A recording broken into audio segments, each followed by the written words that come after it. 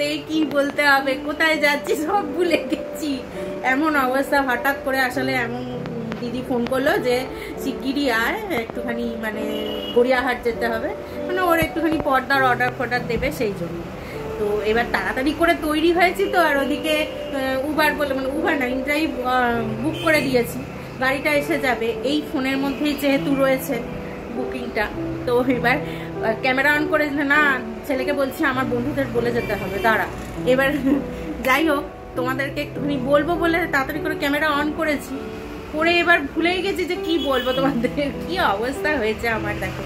যাই হোক বন্ধুরা, চলো আমি একটুখানি বেরোচ্ছি, তোমরাও সাথে থাকো, সঙ্গে থাকো, আর দেখতে থাকো যে আমরা কোথায় যাচ্ছি। একটুখানি গড়িয়াহাটের দিকে যাব, কিছু জিনিসপত্র কেনাকাটার রয়েছে, টুকটাক জিনিস, খুব যে বেশি কিছু তা না, টুকটাক কটা জিনিস কেনার আছে। তো আমি ওই জন্য রেডি হয়েছি, ছেলেও রেডি হয়েছে, ও যাবে, আমরা বেরোচ্ছি। তো এদিকে দেখো চিনুমুনি অবাক হয়ে যাচ্ছে যে কি হচ্ছে, তাই যাচ্ছে ওকে ফেলে রেখে। না না, ও কিন্তু একা থাকবে না, আমার কর্তা মশাই রয়েছে, ও রয়েছে। তো আমরা একটুখানি যাব, মানে কয়েক ঘন্টার মতো কাজ আছে, ঘন্টাখানেক কাজ টাজ করে এসে বাড়ি আসবো। আবার বাড়িতে এসেও প্রচুর কিছু কাজ রয়েছে, তাই জন্য আজকে তাড়াতাড়ি করে যাচ্ছি, গিয়ে ওই যে কাজে যাচ্ছি সেটা যেন তাড়াতাড়ি করে হয়ে যায়, হয়ে চলে আসবো। আর তোমরা সাথে থাকো, সঙ্গে থাকো, আর দেখতে থাকো অবশ্যই যে আমরা কোথায় যাচ্ছি না যাচ্ছি, কেমন? তাহলে চলো। নমস্কার বন্ধুরা, আমি ইন্ডিয়া থেকে পিয়ালি বলছি। আমার পুরনো বন্ধু, নতুন বন্ধু, দূরের বন্ধু, আর যারা কাছে আছো সকলকে জানাই পিয়ালির দিন চ্যানেলে অনেক অনেক স্বাগত। ব্লগটা দেখো সকাল থেকে শুরু করতে পারতাম, কিন্তু হঠাৎ করে মনে হলো যে না, আজকে একটু তাড়া আছে, তাড়াতাড়ি রান্না করে নিই। এই দেখো পায়রার বাচ্চা, দেখেছো? মানে এখনো কিন্তু এরা পরিণত হয়নি, ছোট্টই রয়েছে, সবাই উঠতে শিখেছে। আমাদের এখানে খুব পায়রা দেখা যায়। তো যাই হোক, চলো বন্ধুরা, তোমাদের এই বিকেল থেকে আমি ব্লগটা স্টার্ট করেছি, আর তোমাদেরকে আজকে নিয়ে যাচ্ছি গড়িয়াহাট। আমার সাথেও তোমরাও চলো, আর দেখতে থাকো কি কি কেনাকাটা করি। হঠাৎ করে দিদি ফোন করে বলল যে আগে চল গড়িয়াহাটটা সেরে নি, ও নেবে আসবে নিচে। তো আমরা সোজা চলে এসেছি গড়িয়াহাট। ফেরার সময় বরঞ্চ ওর বাড়িতে একবার ঢুকবো, ও বাড়িটা কি কি ঠিকঠাক করেছে সেইগুলো একটু দেখে নেব। তো দেখতে দেখতে দেখো গড়িয়াহাটের পিছন দিক দিয়ে আমরা এই মার্কেটটায় ঢুকে পড়েছি। এত জিনিস চারিদিকে, দেখছো বন্ধুরা? জানো তো, এইখান দিয়ে যেতে যেতে একটা টাইম আমি ভাবছিলাম, যখন আমরা আরও মানে এই 10 থেকে 15 বছর আগেকার মানে লাইফটা ছিলাম, তখন এই আমার ছেলে, আমার মেয়ে, দিদির ছেলে, এরা খুব ছোট ছোট ছিল। তখন আমরা দুই বোনে না এইরকম আসতাম যেন, আর ব্যাগ ভর্তি করে যা যা দরকার পাতি, বাজার দোকান যাবতীয় সব কিছু এই গড়িয়াহাট থেকে মার্কেটিং করতাম, আর সেইখান থেকে করে অটোয় করে বাড়ি ফিরতাম। সময়ের সাথে সাথে এখন এমন অবস্থা হয়েছে, এই রাস্তায় চলা মানে পায়ে কোমর যেন খুলে যাচ্ছে, এমন বিচ্ছিরি অভ্যেস হয়ে দাঁড়িয়েছে না উবার আর এই ইনড্রাইভ হয়ে, যে কি বলবো তোমাদের। আর এখন তো মানে ওসব ছাড়া যাওয়া আসাই করা যায় না, এই রকম পরিস্থিতি। যদিও কিন্তু এটা আমার মনে হয় ঠিক না, কিন্তু কি করব বলো, বয়সটাও তো হচ্ছে না। তোমরা কিন্তু এটা ভেবো না যে আমরা ইচ্ছা করে উঠি না, তা কিন্তু নয়। আমাদের দুজনের আস্তে আস্তে দেখতে দেখতে ভালোই বয়স হচ্ছে, তাই জন্য আমরা জানো তো আর পারি না। আর অনেক দিন পরে পরে এই গড়িয়াহাটে আসি তো এত ভালো লাগে যে কি বলবো। তো চলো দেখতে দেখতে এই যে আমাদের পর্দার দোকানে আমরা চলে এসেছি, আর এই দাদা, এর কাছে যাবতীয় যা পর্দা পাটি সব তৈরি করা হয়। দিদি ঠিক করেছে যে ওর ঘরের সারা ঘরের সমস্ত পর্দাগুলো চেঞ্জ করবে, তাই জন্য এখান থেকে পর্দাটা তৈরি করে নেবে। আর এই যে দেখো উনি এইগুলো ভালো করে এক একটা করে পর্দা দেখাচ্ছেন। আর এইখানে আসলেই আমরা এনার দোকান থেকেই পর্দাগুলো নিই। এনার দোকানে পর্দার কোয়ালিটি যেরকম ভালো, আর তেমনি দামটাও রিজনেবলও নেন, খুব একটা যে বেশি নেন তা নয়। এই হচ্ছে এনার দোকানের নাম আর ঠিকানা। তোমরা যদি কেউ আসতে চাও তো অবশ্যই আসতে পারো। তো পর্দার দোকানে আমরা পর্দা অর্ডার তো দিয়ে দিলাম, কিন্তু এরপরে আমার কিছু কেনাকাটা আছে, তো সোজা চলে গেলাম ঠাকুরের জিনিসপত্র কিনতে। ধূপের স্ট্যান্ডে ধরবে কিনা সেই নিয়ে তর্ক বিতর্ক চলছে, তো দেখা যাক কি হয়। ভাই আমাদের লাইভ দেখাচ্ছে, লাইভ টেলিকাস্ট হচ্ছে, যে এটা ধরবে কি ধরবে না। না লাগলে আরেকটা ধূপের বাক্স ফ্রি, আর একটা ধূপের বাক্স ফ্রি।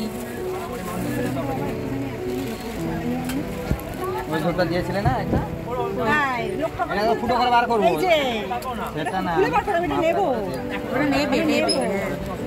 তো এর মধ্যে দেশলাই ছিল, এর মধ্যে একটা দেশলাই ছিল, সেটাও রেখে দিয়েছে, ও ধূপ জ্বালাবে বলে। লেখা কেন থাকবে? হ্যাঁ, এটা কোন কষ্টে দিয়েছে আমাদের।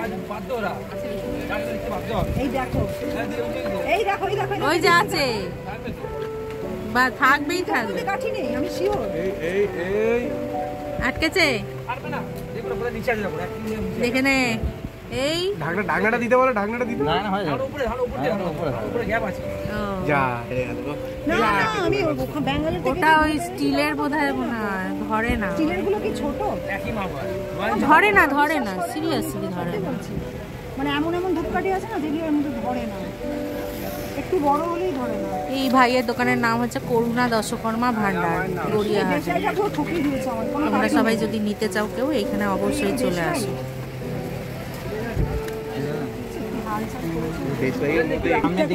সাদা বলে একটা ছোট্ট সাদা নিয়েছে, কি কিউট দেখতে, দেখবে আমার ঠাকুর ঘরে রাখা আছে। আর তাহলে তার বাঁশি বলছি, ত্রিশূল আর চাপ কি হবে? ত্রিশূল আর সাপ তো মা একটা কিনে রেখেছিল, সেটা এই বাড়িতে রয়েছে, আর ওই বাড়ির জন্য কিনেছি। না, তুই যে ছোট্ট বাটি রেখেছিস, তাহলে বাটিতে না না, সাইডে ত্রিশূল বাইরে। আমার তো দুটো শিবলিঙ্গ, আচ্ছা, সাদা আর কালো, সাদার জন্য সাদা বাটি, কালোর জন্য কালো। মানে ঠাকুরের জায়গা না। হ্যাঁ, মানে আমার ঠাকুরের জায়গাটা তো একটু ছোট, এটা ঠিক একদম পারফেক্ট, কিন্তু আমার এত বড় বাটি রাখলে হবে কথা না। বলবো, এই দেখ তুই কিরকম বসাবি, শিবলিঙ্গ এরকম বসাবি, উত্তর দিক করে, এটা পাশে বসাবি। বাইরেও তো ওইগুলো বসিয়ে দেয়। বাইরে বসে, হ্যাঁ, জলটা বাইরে পড়ে যাবে শীতটা উঠে। না, ষাঁড়কেও বাইরে বসিয়ে দেবে। ছাড়ও বাইরে বসে। এগুলো বেশি নাহলে ছাড়টাকেও আপনি এর সামনে বসাতে পারেন, আলাদা কিছু এতে এর নিচে দিয়ে বসে, এমনি সামনে তো বসে, আমার আলাদাই সার, হ্যাঁ, আলাদা দূরে বসাই দেবো। এমনি এটা নন্দী মহারাজ সার বলো না, হ্যাঁ ওই নন্দী মহারাজ সার ভগবান। এরকম কেন এই জায়গাটা এরকম দাগ কেন? না দেখো ওগুলো কেটেছে না, এটা তো পলিশ করা আছে তাই না, ঠিক আছে তো, হ্যাঁ সিস্টেম না হয়ে গেল তো না। নিজেদের প্রয়োজনীয় জিনিসপত্র যা কেনা ছিল কেনা হয়ে গেছে। এবার সোজা চলে এসেছি এই জুতোর দোকানটায়, কারণ ছেলের জন্য একটা জুতোর খুব প্রয়োজন ছিল বর্ষাকালে পরার জন্য। বাকি জুতোগুলো চপচপে ভিজে হয়ে গেছিল, তো জুতো টুতো কিনে এবার একটু পেয়ে গেছে খিদে, তো সোজা ওই জন্য চলে গেলাম দেখো একটা রোলের দোকানে। আর কত বই দেখেছো বন্ধুরা, আমি তো হাঁ হয়ে তাকিয়ে দেখছিলাম, কত বই সাজানো। রোল টোল নিয়ে সোজা চলে যাব এখন আমরা দিদিদের বাড়ি, কেননা ফেরার সময় বলেছিলাম যে তোর বাড়ি ঢুকবো, একটুখানি দেখে নি। তো চেঞ্জেস কি হয়েছে না, এই বাথরুমের দরজাটা চেঞ্জ হয়েছে, আর যে দরজাগুলো ওর ঘরের ছিল, এই যে ঘরের দরজাটা পালিশ হয়েছে, লকগুলো চেঞ্জ হয়েছে, মানে খারাপ হয়ে এসেছিল লকগুলো। আর এই বড় ফ্রিজটা দিদি কিনেছে, জানো তো, খুব প্রয়োজন ছিল ওর একটা, আগের ফ্রিজটা একটু ছোট হয়ে গেছিল। এই দরজাগুলো পালিশ করে পুরো লক চেঞ্জ করেছে, টুকটাক কিছু কিছু কাজ করানো ছিল সেগুলো করেছে। বাহ, বেসিনের এই ক্যাবিনেটটা তো খুব সুন্দর করেছে, এটা আগে ছিল না, কিন্তু এখানে একটা ক্যাবিনেট করেছে, এদিকে আলো লাগিয়েছে, খুব সুন্দর লাগছে। তবে এত কিছুর মধ্যে একটা যে আশ্চর্য জিনিস ও লুকিয়ে রেখেছিল সেটা তো জানতাম না। তো চলো তোমাদেরও দেখাই সেই আশ্চর্য জিনিসটা। এত কিছু দেখাচ্ছে, কিন্তু ওই আশ্চর্য জিনিসটা দেখে আমি পুরো স্তম্ভিত হয়ে গেছি, জানো তো বন্ধুরা। চলো তাহলে তোমাদেরও দেখাই যে সেই জিনিসটা কি।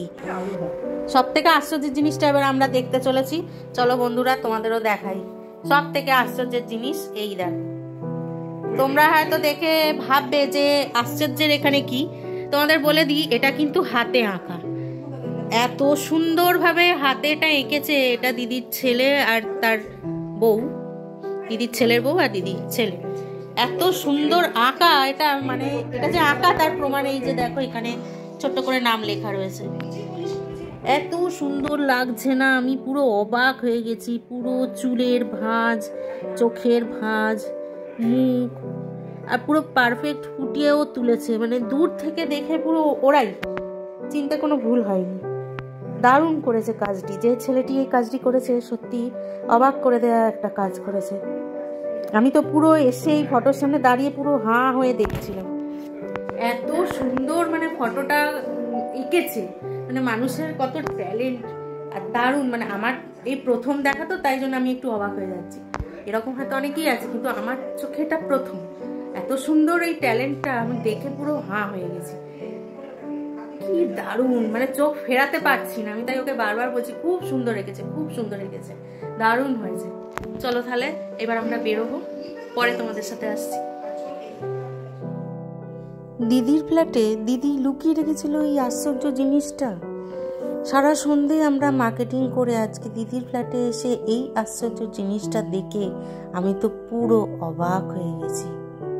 যাই হোক, চলো, খুব ভাল লাগলো ছবিটা। যে ছেলেটি বানিয়েছে সেই ছেলেটি সত্যি অনেক মানে প্রতিভা বলতে গেলে। আমার ভিডিওটা বন্ধুরা আজকে এই পর্যন্তই রইল। আমার এই ভিডিও যদি তোমাদের ভালো লাগে প্লিজ একটু সাবস্ক্রাইব করে দিও।